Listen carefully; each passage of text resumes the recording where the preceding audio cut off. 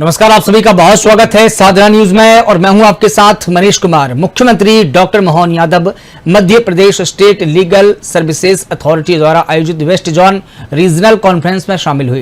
कार्यक्रम में केंद्रीय कानून मंत्री अर्जुन राम मेघवाल और सुप्रीम कोर्ट के चीफ जस्टिस सूर्यकांत भी शामिल हुए। इसके बाद मुख्यमंत्री डॉक्टर मोहन यादव भोपाल में आयोजित ब्रिक्स सम्मेलन के समापन समारोह में शामिल हुए, जहां उन्होंने ब्रिक्स देशों के सांस्कृतिक मंत्रियों के साथ बैठक की। बैठक में अपने अपने देशों की सांस्कृतिक विरासत, संग्रहालय, रचनात्मक अर्थव्यवस्था, सांस्कृतिक आदान प्रदान, क्षमता निर्माण और लोगों से लोगों के बीच जुड़ाव जैसे क्षेत्रों में सहयोग को मजबूत करने को लेकर मंथन किया है। देखिए हमारी एक खास रिपोर्ट।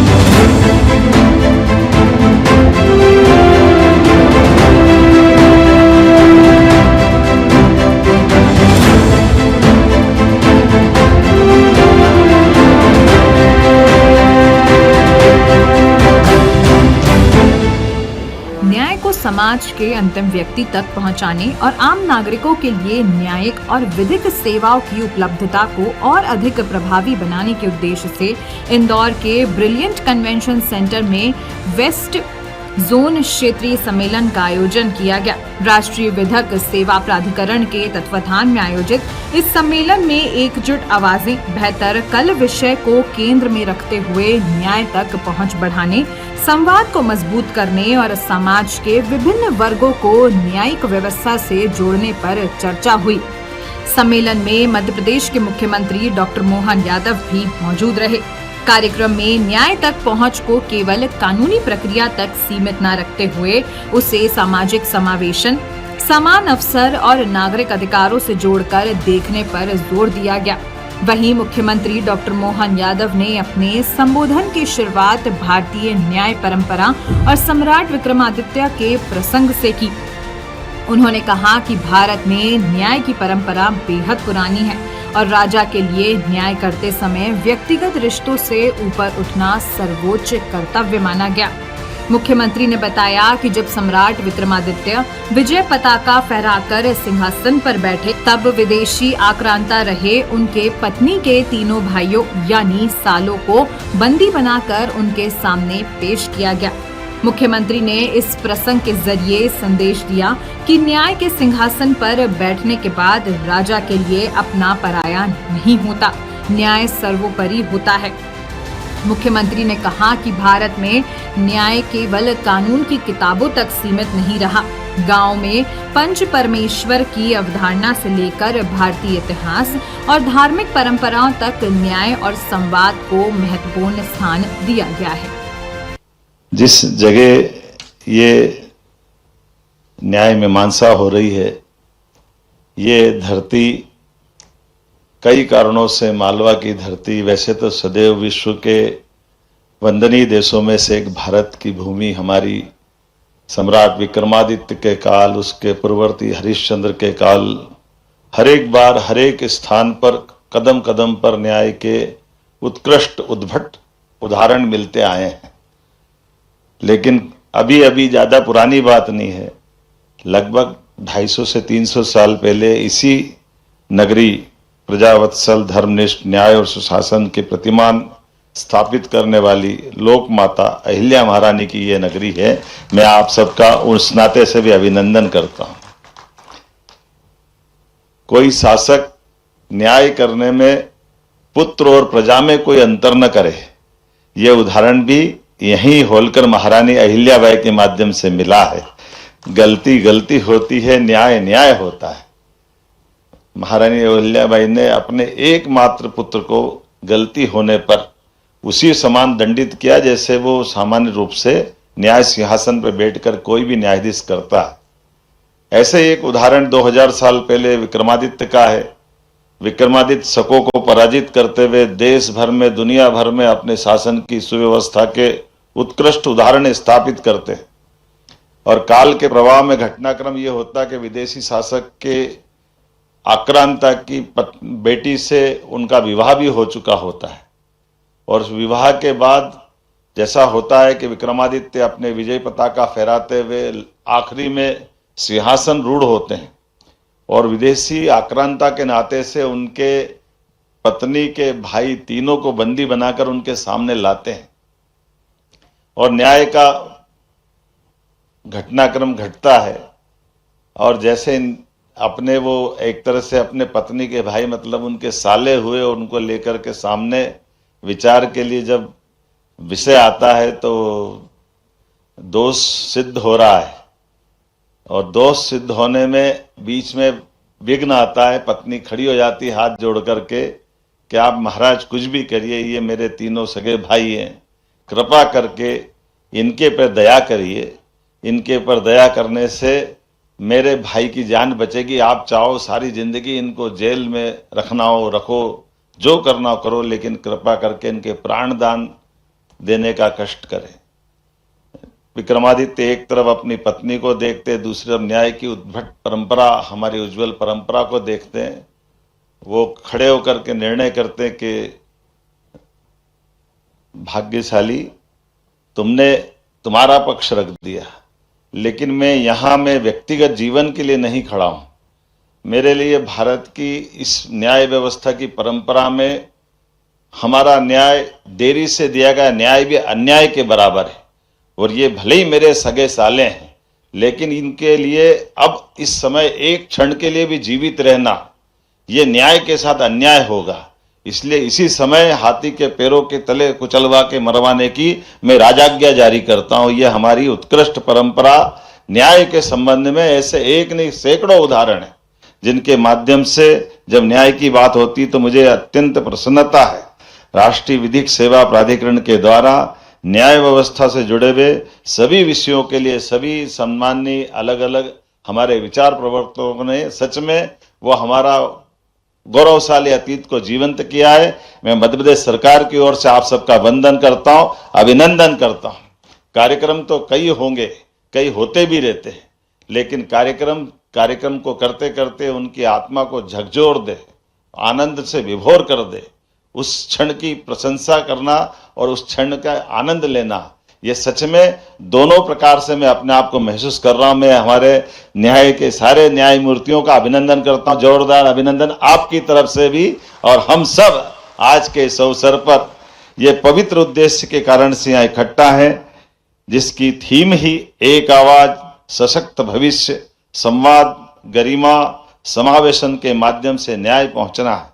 मैं संविधान की प्रस्तावना की लोक कल्याणकारी राज्य के धर्म और कर्तव्य समाहित जिस प्रकार से भाव है, उसी आधार पर इस प्रस्तावना में भी न्याय, स्वतंत्रता, समानता और बंधुत्व को लोकतंत्र का जिसमें आधार बनाया गया है।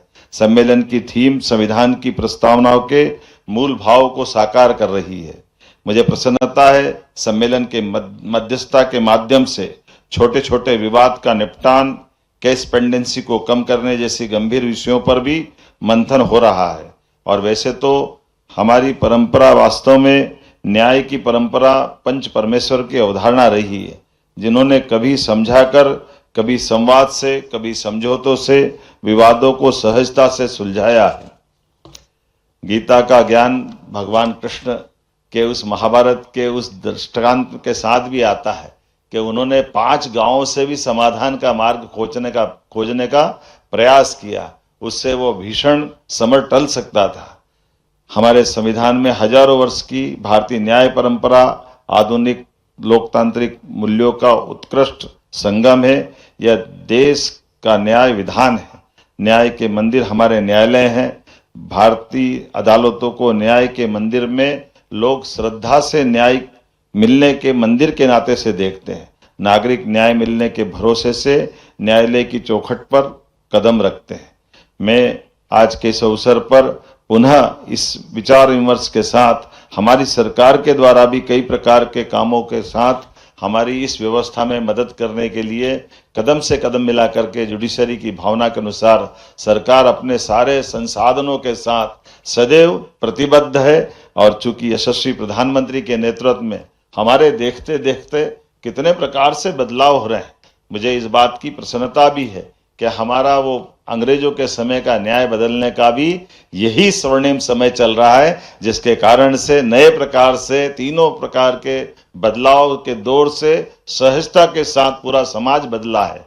और हमारे लिए आधुनिक तंत्र के आधार पर भी अब ई filing, digital record, one data one case, virtual सुनवाई, आधुनिक न्याय प्रबंधन जैसी प्रणालियों का न्याय प्रणाली के माध्यम से कायाकल्प हुआ है। माननीय प्रधानमंत्री जी के नेतृत्व में सच में सदियों पुराने औपनिवेशिक दौर के कानूनों की जगह जो कानून लागू किए गए हैं, वो इसी कड़ी में जन विश्वास अधिनियम के माध्यम से छोटे छोटे उल्लंघनों को भी अपराध की श्रेणी से बाहर कर कानूनों को अधिक सरल और नागरिक हितैषी बनाया गया है।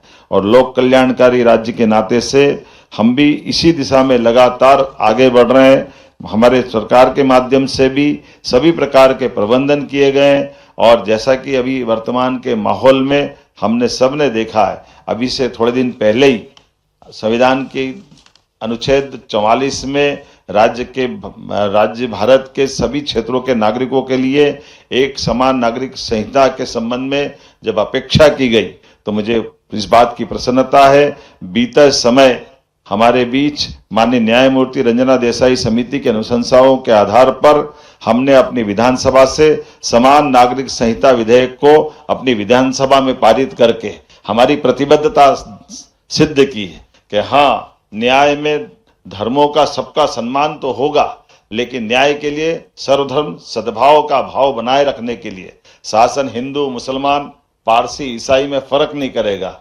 हमारे लिए आज के इस दौर में युवा पीढ़ी के प्रति भी वही प्राथमिकता है। परीक्षा पेपर लीक, धोखाधड़ी के मामलों में भी त्वरित कार्रवाई करते हुए आज माननीय प्रधानमंत्री जी ने अनाउंस किया, सुबह अगले दिन हमने इसके लिए fast track court Indore, Bhopal, Gwalior, Jabalpur की घोषणा की। मैं धन्यवाद देना चाहूंगा चीफ जस्टिस रसिया जी को।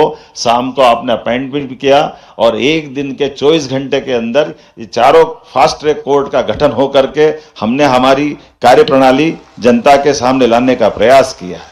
मैं साइबर सुरक्षा, राष्ट्रीय स्वचालित फिंगरप्रिंट प्रणाली, E0 FIR, स्मार्ट पुलिसिंग के माध्यम से आज प्रदेश की पुलिसिंग खास करके वर्तमान के दौर की दृष्टि से बेहद सक्षम हो रही है। एक बार फिर मैं justice for children fellowship program के शुभारंभ और न्याय के स्वर के विमोचन के लिए भी कितनी सुंदर कल्पना की गई है। हमने दीप प्रज्वलन तो सब होते देखा है, लेकिन कोपलों के साथ फूटते नए वृक्ष के साथ हमारी सभी कदमों के साथ चलते हुए इस पूरी भावना का प्रकटीकरण पहली बार देखा है।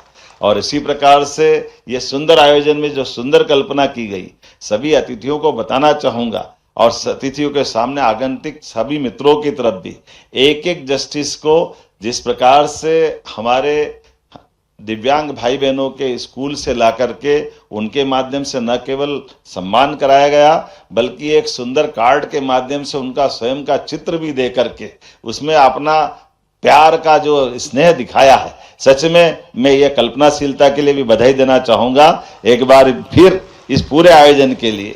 और इस अवसर पर हमारे राज्य के बाहर से आए सभी अतिथियों का मैं पुनः वंदन करता हूं, अभिनंदन करता हूं, बधाई देता हूं पूरे आयोजन के लिए। बहुत बहुत धन्यवाद। भारत माता की जय। मध्य प्रदेश के मुख्यमंत्री डॉक्टर मोहन यादव ने भोपाल के कुशाभाऊ ठाकरे सभागार में आयोजित 11वें ब्रिक्स संस्कृति मंत्रियों के सम्मेलन के समापन समारोह में शामिल हुए। ये 4 दिवसीय अंतर्राष्ट्रीय सम्मेलन 5 अगस्त से 8 अगस्त 2026 तक आयोजित किया गया था, जिसमें ब्रिक्स सदस्य देशों के 100 से अधिक विदेशी प्रतिनिधियों और संस्कृति मंत्रियों ने हिस्सा लिया। सम्मेलन के अंतिम दिन सदस्य देशों के बीच सांस्कृतिक सहयोग को बढ़ाने और भविष्य का रोडमैप तैयार करने के लिए संयुक्त रूप से ब्रिक्स संस्कृति मंत्रियों की घोषणा को अपनाया गया।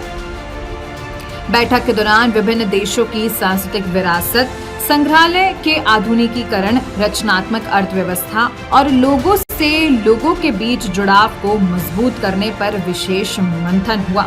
मुख्यमंत्री डॉक्टर मोहन यादव ने सभी देशों से आए मुख्य प्रतिनिधियों और मंत्रियों के सम्मान में विशेष लंच की मेजबानी की। इस समापन अवसर पर भारत के केंद्रीय संस्कृति मंत्री गजेंद्र सिंह शेखावत भी विशेष रूप से उपस्थित रहे। सारी बातें आ गई और ये बात सही कि राजा भोज की नगरी मध्य प्रदेश की इस राजधानी में संस्कृति मंत्रियों का ये सम्मिलित आयोजन ये हमारे लिए गर्व और गौरव का विषय है। यशस्वी प्रधानमंत्री के नेतृत्व में देश के लिए कितने प्रकार से काम और उन कामों की गुणवत्ता, उन कामों के पीछे का गंभीर निहितार्थ पकड़ करके हमारे देश की अच्छाइयों को दुनिया के साथ बांट करके हम अपने इस देश के अतीत के गौरवशाली पक्ष पर गर्व कर सकें। ऐसे में अगर सारे विषयों के साथ देखें तो कल्चर का, अतीत का हमारा बहुत स्वर्णिम अध्याय रहा है, उसको जीवंत करते हुए और वो सभी वेद वाक्य जो माननीय मंत्री जी ने भी बोले, हमारा तो भाव वसुधैव कुटुंबकम का है। हम अपने उस वसुधैव कुटुंबकम के भाव के बलबूते पर कल्चर की जो अच्छाइयाँ जियो और जीने दो, सर्वे भवन्तु सुखिनः जो उनने वेद वाक्य सुनाया, सच में वास्तव में आज ये नगरी धन्य हुई। हमारा राज्य आभारी है माननीय मंत्री जी का और इनके माध्यम से वो सारे स्वनाम धन्य अलग अलग देशों के माननीय मंत्रीगण या वहाँ के अधिकारीगण हमारे बीच पधारे। कई लोग तो पहली बार आए, पहली बार लोगों ने भोपाल देखा और अब यहाँ से सांची जा रहे हैं। मैं अपनी ओर से माननीय मंत्री जी का आभार व्यक्त करूँगा, माननीय मोदी जी की उस भावना के अनुसार कि मध्य प्रदेश ये देश का दिल है और देश का दिल ऐसा ही धड़कता रहे और आपका साथ मिलता रहे। बहुत धन्यवाद। भोपाल डिक्लेरेशन में जैसा मैंने कहा पहली बार आउटकम बेस्ड डॉक्यूमेंट बना है। अब इन आउटकम्स पर जब कभी भी चर्चा होगी, अगली मीटिंग में अगले साल पूरे चाइना में पूरे साल भर संस्कृति समूहों की बैठक में भोपाल डिक्लेरेशन गूंजेगा और उसके बाद जब कभी भी चर्चा होगी तब निश्चित रूप से भोपाल का नाम इस सारे आउटकम्स के साथ में हमेशा हमेशा के लिए जुड़ गया है।